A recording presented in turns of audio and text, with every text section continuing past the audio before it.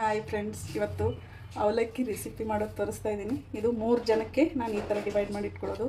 ಇದನ್ನು ಮೊದಲು ಹೇಗೆ ತೊಳಿಬೇಕು ಅಂತ ತೋರಿಸ್ತೀನಿ.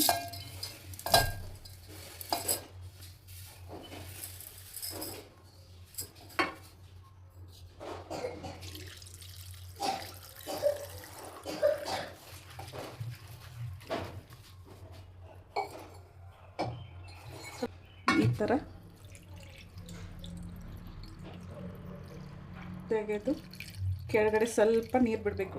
ಇಷ್ಟು ನೀರನ್ನ ಕೆಳಗೆ ಬಿಡಬೇಕು.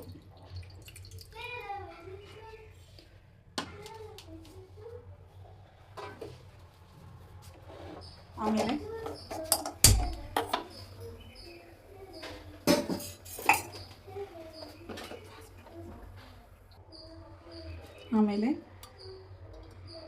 4 ಟೇಬಲ್ ಸ್ಪೂನ್ ಎಣ್ಣೆ ಹಾಕಬೇಕು. ಇದಕ್ಕೆ ಸ್ವಲ್ಪ ಎಣ್ಣೆ ಜಾಸ್ತಿನೇ ಬೇಕಾಗುತ್ತೆ. ಫಸ್ಟು ನಾನು ಕಡಲೆ ಬೀಜನ ಈ ಥರ ಸ್ವಲ್ಪ ಕ್ರಷ್ ಮಾಡಿ ಇಟ್ಕೊಂಡಿದ್ದೀನಿ. ಫಸ್ಟು ಕಡಲೆ ಬೀಜ ಹಾಕಬೇಕು. ಎಣ್ಣೆ ಕಾದಿದೆಯಾ ನೋಡಿಕೊಂಡು ಕಡಲೆ ಬೀಜ ಹಾಕಬೇಕು. ಫಸ್ಟು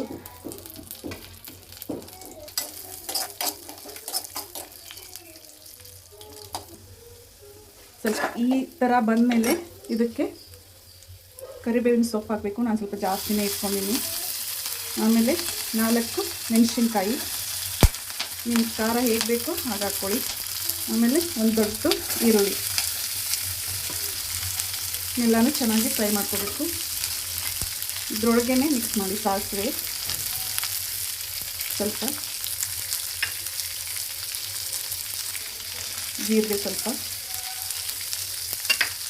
ಆಮೇಲೆ ಇದನ್ನ ಚೆನ್ನಾಗಿ ಫ್ರೈ ಮಾಡ್ಕೋಬೇಕು. ಈ ಥರ ಸ್ವಲ್ಪ ಬ್ರೌನ್ ಕಲರ್ ಬಂದಮೇಲೆ ಇದಕ್ಕೆ 1 ಟೇಬಲ್ ಸ್ಪೂನ್ ಅರಿಶಿನ ಹಿಟ್ಟು ಹಾಕೋಬೇಕು. ಆಮೇಲೆ ನೆನೆಸಿಟ್ಕೊಂಡಿರ್ತೀವಲ್ವ ಈ ಅವಲಕ್ಕಿನ ಇದರಲ್ಲಿ ಹಾಕಿ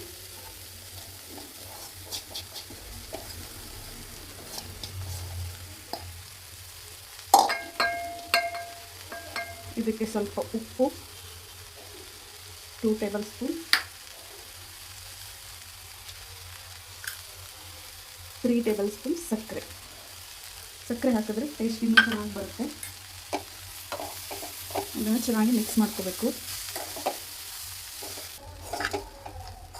ಈ ಥರ ಚೆನ್ನಾಗಿ ಮಿಕ್ಸ್ ಮಾಡಿಕೊಂಡು ಇದಕ್ಕೆ ಇಷ್ಟು ಕರಿಬೇವು ಹಾಕೋಬೇಕು.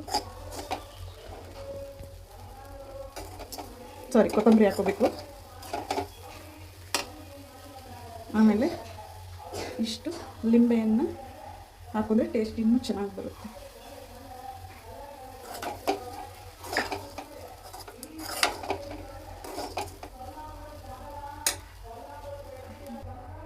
ಅವಲಕ್ಕಿ ರೆಡಿ ಆಯಿತು.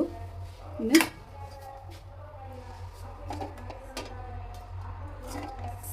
ಸರ್ವ್ ಮಾಡೋಕ್ಕೆ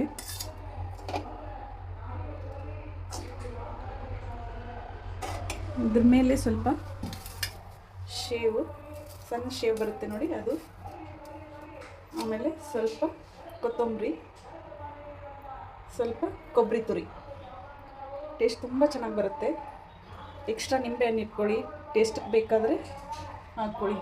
ಆಮೇಲೆ ನಾನು ಯೂಸ್ ಮಾಡೋದು ಈ ಅವಲಕ್ಕಿನ ಓಂಕಾರ್ ಅವಲಕ್ಕಿ ಅಂತ, ನಾವು ಬೆಲ್ಗಾಮಿಂದ ತರೋದಿದ್ದೀನಿ. ಆ್ಯಕ್ಚುಲಿ ತುಂಬ ಚೆನ್ನಾಗಿ ಬರುತ್ತೆ. Thank you friends.